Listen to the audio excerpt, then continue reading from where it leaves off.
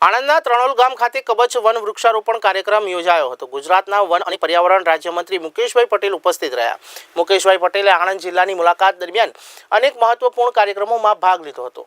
તેમણે આણંદ તાલુકાના કાસોર ગામે નિર્માણ પામેલા વન કવચની મુલાકાત લીધી।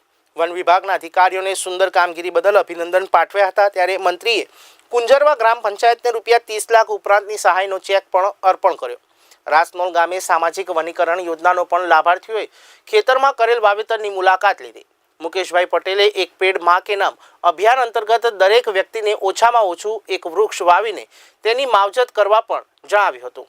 તેમણે ગ્રામ પંચાયતોને ગૌચરની જમીન પર વૃક્ષો વાવવા માટે પ્રોત્સાહિત કર્યા।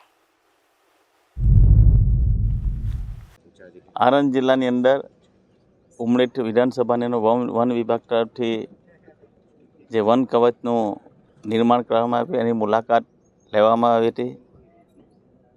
અહીં આગળ કાસરોડ ગામની અંદર જવાનું થયું। ત્યાં લોકોની જે માગણી હતી માગણી સંતોષીને એક વન કવચ બનાવ્યું, સરસ મજાનું વન કવચ બનાવ્યું છે। એ જ રીતે આ ત્રાણોલ ગામની અંદર અહીંયા પણ વન કવચનું નિર્માણ થયું છે। આજે એનું ઝાડ રોપીને એનું અમે ઉદ્ઘાટન કર્યું છે। મારી સાથે અહીંયાના સાંસદ સભ્યની ધારાસભ્યશ્રી પણ જોડાયા છે।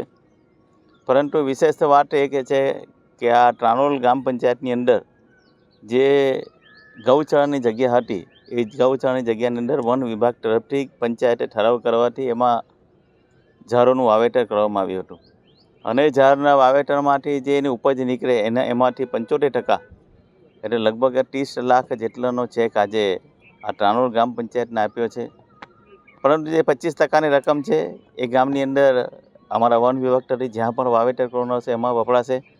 તો આપના માધ્યમથી તમામ ગ્રામ પંચાયતને અપીલ કરું છું કે આવી તમારી ગ્રામ પંચાયતની જમીન હોય, ગૌચરની જમીન હોય તો એમાં વન વિભાગ તરફથી એમાં વાવેતર કરો અને આવક મર્યાદા વધારવાનું પણ એક આ સાધન છે।